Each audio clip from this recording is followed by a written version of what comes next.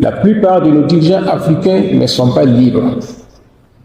Et quand on n'est pas libre, on ne peut pas déterminer un destin pour son propre peuple.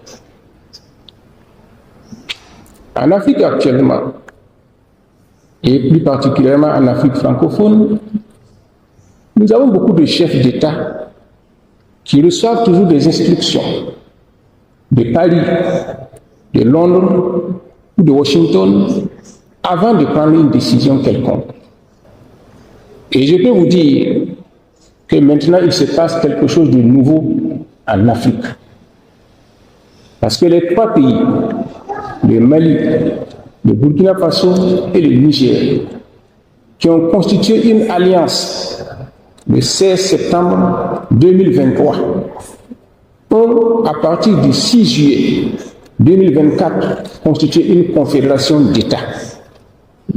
Et cette confédération a pour objectif d'aboutir à une fédération d'États dans les prochaines années, et le plus tôt possible.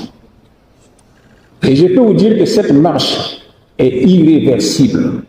Je reviens pour dire que la Chine a intérêt à une Afrique unie et développée. Si l'Afrique était unie, au lieu d'avoir affaire à 54 États différents, la Chine aurait affaire à un seul État. Les négociations se feraient beaucoup plus facilement et les résolutions se prendraient beaucoup plus rapidement. On ne peut pas industrialiser un pays si on ne résout pas au préalable le problème de production d'énergie. Et donc je pense que sur ce plan, la Chine est attendue et pourrait contribuer au développement de la production énergétique en Afrique, préalable à l'industrialisation et à la modernisation de l'agriculture.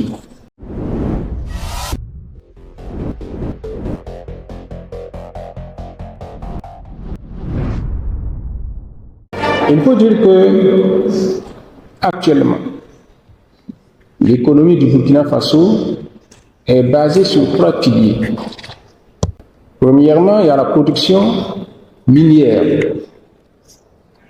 Deuxièmement, il y a la production agricole, notamment avec les cultures de rente comme le coton, le sésame, l'anacarde, mais aussi les cultures vivrières. Et troisièmement, il y a les produits de l'élevage. Actuellement, nous sommes en train de mettre l'accent sur un quatrième pilier qui est la qualité des hommes, donc la formation professionnelle. Le thème de cette conférence, donc, nous intéresse beaucoup, puisqu'il s'agit de l'industrialisation et de la modernisation de l'agriculture. À ce titre, la Chine est une référence pour nous. En moins d'un siècle, la Chine s'est industrialisée et a modernisé son agriculture, est parvenue à l'autosuffisance alimentaire et s'est mise à exporter ses productions. Donc l'exemple chinois doit nous inspirer.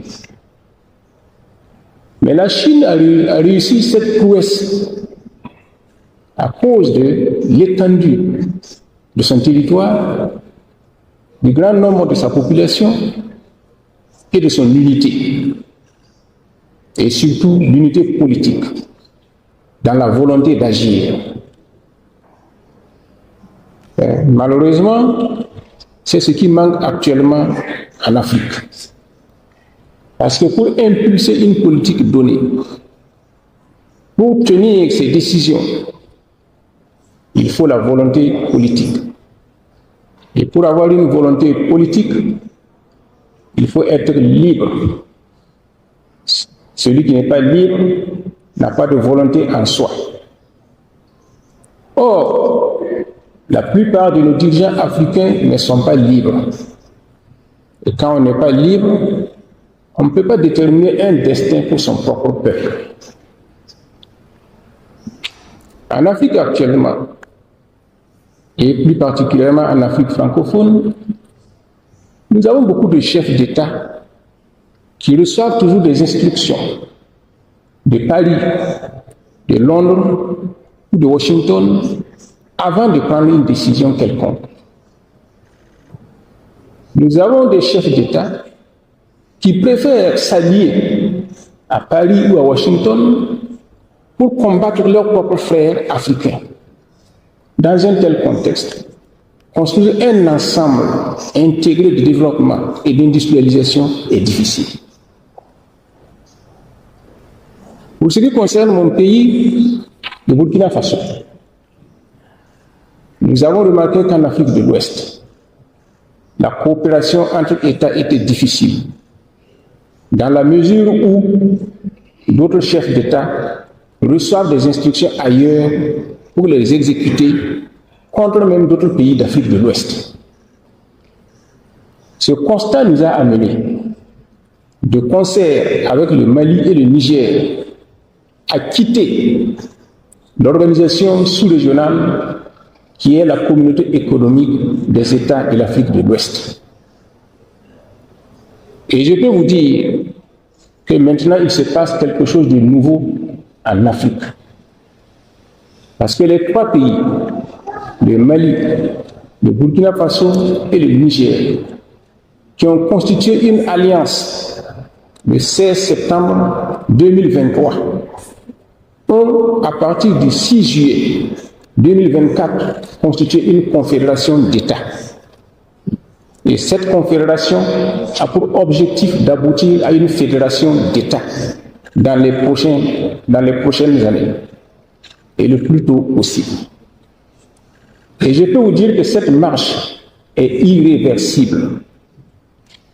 Si la constitution de la confédération s'est faite à l'instigation et sous le leadership des trois chefs d'État, les populations de ces pays se sont emparées de ce projet et poussent maintenant les dirigeants à aller de l'avant. Donc ce n'est plus une affaire de dirigeants, c'est devenu une affaire des peuples de ces trois pays. Et sur ce plan, je peux vous dire que la coopération avec la Chine peut avoir beaucoup d'avenir dans le cadre de cette confédération qui fait une superficie de plus de 2 700 000 km² et qui compte une population de plus de 80 millions d'habitants. Mais il faut dire que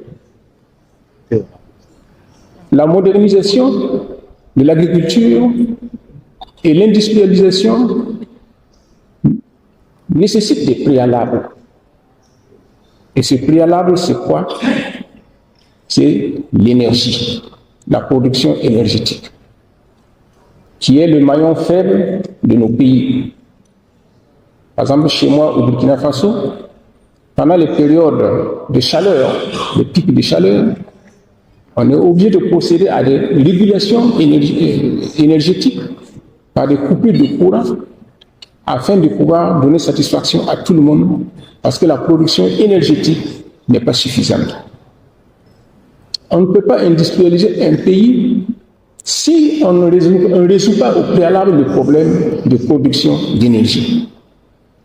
Et donc je pense que sur ce plan, la Chine est attendue et pourrait contribuer au développement de la production énergétique en Afrique, préalable à l'industrialisation et à la modernisation de l'agriculture. La modernisation de l'agriculture la modernisation de l'agriculture nécessite aussi d'autres préalables.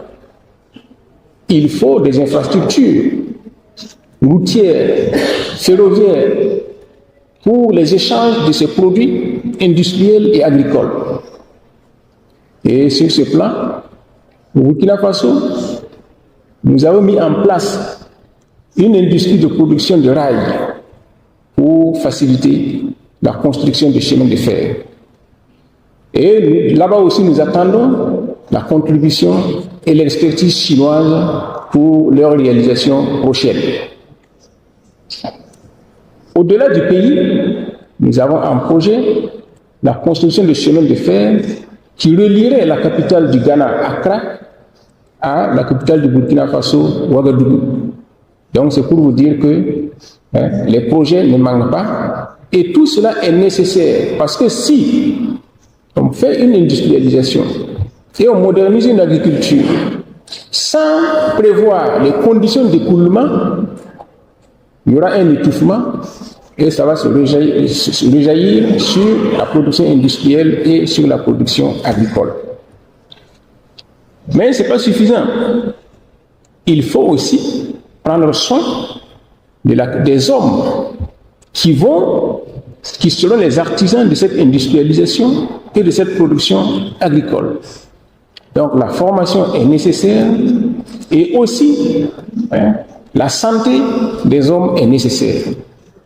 Sur ce plan, je remercie encore la Chine qui est en train de réaliser au Burkina Faso le plus grand hôpital de référence du pays et qui sera fonctionnel à partir de 2025.